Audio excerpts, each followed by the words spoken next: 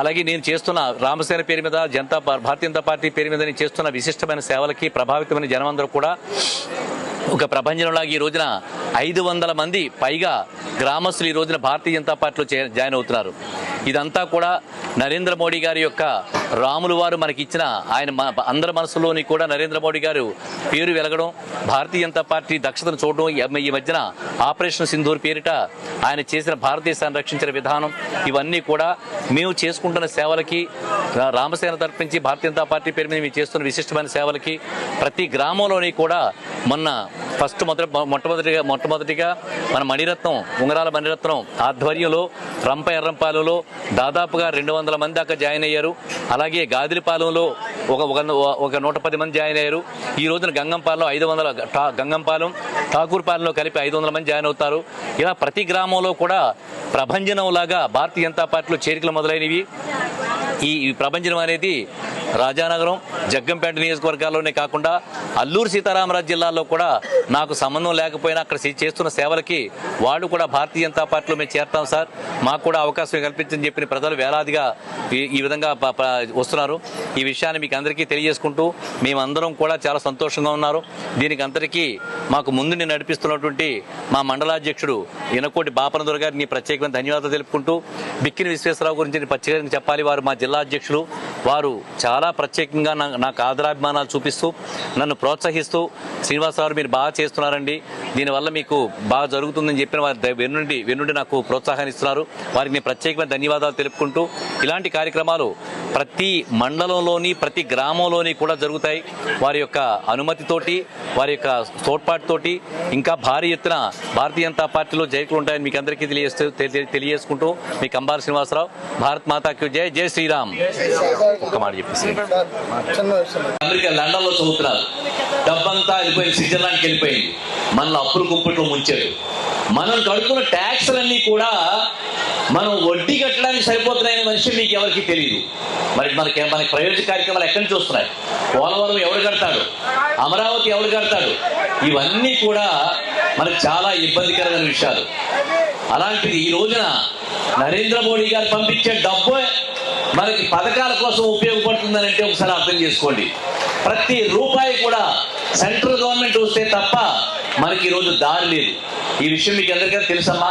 అందుకే నేను రాజకీయాల్లోకి వచ్చేటప్పుడు నేను తెలుగుదేశంలో జాయిన్ అవ్వాలా, లేకపోతే జనసేనలో జాయిన్ అవ్వాలా, లేదా వైఎస్ఆర్సీపీలో జాయిన్ అవ్వాలని ఆలోచించలేదు నేను. అందరూ కూడా ఈ రోజున మనకి చంద్రబాబు నాయుడు గారు కూడా మనకు తోడుగా ఉండి ఎంతో సహాయం చేస్తున్నారు. నరేంద్ర మోడీ గారు పంపించే డబ్బంతా కూడా ఒక పద్ధతిగా అందరికీ చేరేలా చేస్తున్నాడు. అలాగే పవన్ కళ్యాణ్ గారు కూడా సనాతన ధర్మాన్ని కాపాడుతూ మనకు తోడుగా ఉన్నాడు.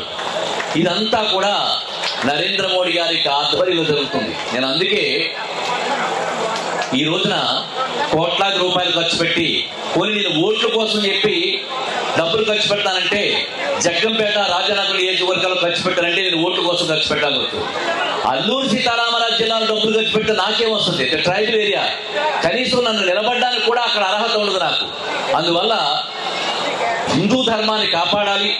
మన భారతీయులందరూ కూడా ముస్లింలైనా, క్రైస్తవులైనా, హిందువులైనా కలిసిమెలిసి బ్రతకాలి. మన ధర్మాన్ని మనం కాపాడుకుంటూ భారతదేశం యొక్క పటిష్టతను, రక్షణను కాపాడుకోవాలని ఎవరైతే నరేంద్ర మోడీ గారు స్ఫూర్తిగా పనిచేస్తున్నారో ఆయన్ని స్ఫూర్తిగా తీసుకుని ఈరోజు కోట్ల రూపాయలు ఖర్చు పెడుతూ 50 మందిని స్టాఫ్లు వేసుకుని పొద్దున 4 గంటల నుంచి రాత్రి 12 గంటల దాకా కొన్ని సంవత్సరాలుగా కష్టపడుతూ చుట్టూ తిరుగుతున్నాను. మీకు బంగారం ఇస్తున్నాను. బంగారు వరలక్ష్మి కానుక వస్తే ఆడపడుచులు వ్రతం చేసుకోవడానికి నేను అందరికీ బంగారం ఇవ్వలేను. ప్రతి ఊర్లోని రిజిస్ట్రేషన్ చేసుకుని ఎవరికి వస్తే అదృష్టవంతులు వాళ్ళ బంగారం ఇస్తున్నాను. 4000 పట్టు చీరలు విధంగా ఇచ్చాను. మన సోమలమ్మ తీర్థం జరిగినప్పుడు కూడా మీ అందరికీ కూడా కొంతమందికి చీరలు వచ్చాయి. మిగతా ఆడపడుచులకు కూడా చీరలు రావడానికి నేను కావాల్సిన ఏర్పాట్లన్నీ చేస్తాను. ప్రతి గడపకి కూడా ప్రతి ఆడపడుచుకి, గంగంపాలలో ఉండే ప్రతి ఆడపడుచుకి చీరలు వచ్చేలాగా ఇప్పుడు కొన్ని, విజయదశమితో కొన్ని, సంక్రాంతితో కొన్ని, ఇలాగా ప్రతి ఆడపడుచుకి కూడా కంబాల్సిన అవసరం చేరాలి.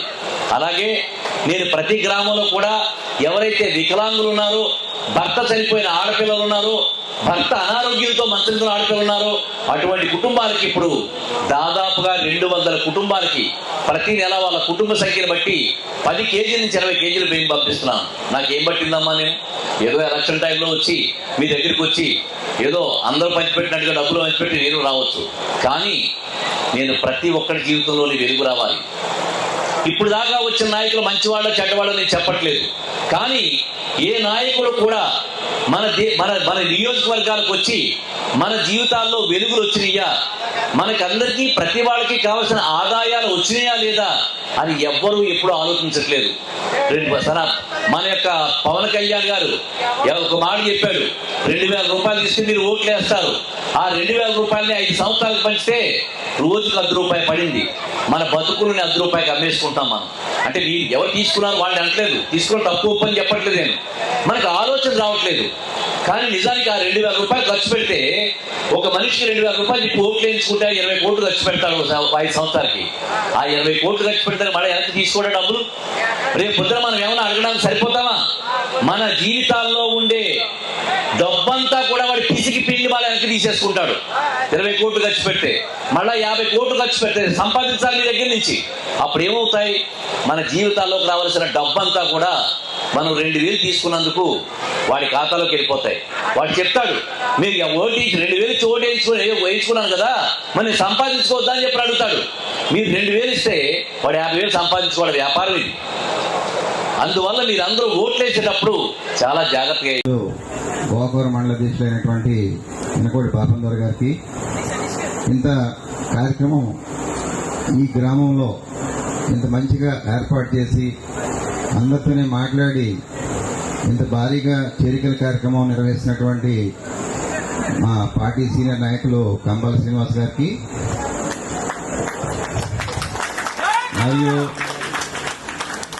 మన భారతీయ జనతా పార్టీ కాకినాడ జిల్లా జనరల్ సెక్రటరీస్గా ఉన్నటువంటి గోకవరం మండలానికి చెందినటువంటి మట్టా మంగరాజు గారికి, గండి కొండలరావు గారు వారు మరొక జనరల్ సెక్రటరీ గారు వారికి, మరియు ఈ వేదిక మీద ఉన్నటువంటి పెద్దలందరికీ పేరు పేరున, ఎందుకంటే కన్వీనర్ గారు ముఖ్యమైనటువంటి పర్సన్ మన జగ్గంపేట అసెంబ్లీకి కన్వీనర్ గా నిర్వహిస్తున్నటువంటి దాట్ల కృష్ణవరం గారు, సాహితీవరం గారు అంటారు, వారికి, మరియు వేదిక మీద ఉన్నటువంటి పెద్దలందరికీ కూడా నమస్కారాలు. ముఖ్యంగా వేదిక కింద ఉన్నటువంటి ఈ గంగంపాలెం గ్రామానికి సంబంధించినటువంటి అందరికీ కూడా హృదయపూర్వక నమస్కారాలు తెలియజేస్తున్నాను. ఈరోజు పాకూరుపాలెం మరియు గంగంపాలెం గ్రామాల్లో ఇంతమంది ఈ కార్యక్రమానికి విచ్చేసి పార్టీకి ఆసక్తులై పార్టీలో రావడానికి మీరందరూ ఎదురుకొచ్చినందుకు ముందుగా మీ అందరికీ కూడా చేతులెత్తి నమస్కారాలు తెలియజేస్తున్నాను. భారతీయ జనతా పార్టీలో ఎందుకు చేరాలి, మిగతా పార్టీల్లో ఎందుకు ఉండకూడదు అని నేను చెప్పను. భారతీయ జనతా పార్టీ దేశంలో ప్రగతి ఏ స్థాయిలో తీసుకొస్తుంది అనేటువంటిది మీరందరూ గ్రహించాలి. అందరికీ కూడా ఇవాళ నరేంద్ర మోడీ గారు మన దేశ ప్రధానిగా అయిన కాడి నుంచి ఈ 11 సంవత్సరాల్లో చేసినటువంటి అభివృద్ధి ప్రతి ఒక్కరికి తెలుసు. మనకి రేషన్ బియ్యం వస్తుంది, సెంట్రల్ గవర్నమెంట్ ఇస్తుంది. అందరికీ ఆరోగ్య పథకాలు వస్తున్నాయి, సెంట్రల్ గవర్నమెంట్ ఇస్తుంది. గర్భిణీలకి అది ఇది ఆ పథకం ఈ పథకం అని కాదు, అందరికీ కూడా మేలు జరిగేటువంటి కార్యక్రమాలు చేస్తున్నారు. దాంట్లో మీరందరూ కూడా భాగస్వాములై భారతీయ జనతా పార్టీని బలపరిచినట్లయితే కనుక ఇంకా నిస్వార్థంగా సేవ చేసేటువంటి నాయకులు మీ ముందు ఉంటారు. సాధారణంగా వేరే పార్టీలో ఉన్నటువంటి విధానం ఎలా ఉంటుందంటే, ఎలక్షన్స్ టైంలో మనందరినీ కలుస్తారు, కలిసి మీకు ఇచ్చేస్తాం అని చెప్తారు. భారతీయ జనతా పార్టీ అలా ఎప్పుడు ఉండదు. అబద్దాలు చెప్పడం అనేటువంటిది భారతీయ జనతా పార్టీ నైజం కాదు. ఏదైతే పబ్లిక్ కి యూజ్ అవుతుందో దాన్ని పూర్తిగా తెలుసుకుని వారికి కావాల్సిన విధంగా చేసి పెట్టడం అనేటువంటిది భారతీయ జనతా పార్టీ యొక్క ఉద్దేశం. మనందరం కూడా భారతీయులం. మన గుళ్ళో మేము వస్తుంటే చక్కగా గ్రామ దేవత దర్శనం చేసుకున్నాం, మాకు చాలా ఆనందం కలిగింది. అదేవిధంగా దారి పొడికి కూడా చాలా ఆలయాలు మేము సందర్శించాం. మాకు చాలా ఆనందం కలిగింది. మన జాతి మనం అందరం కూడా ఐక్యంగా ఉంటూ ఏదైతే ఇతర కులాల్ని మనం ఎంకరేజ్ చేయొద్దని నేను చెప్పట్లేదు.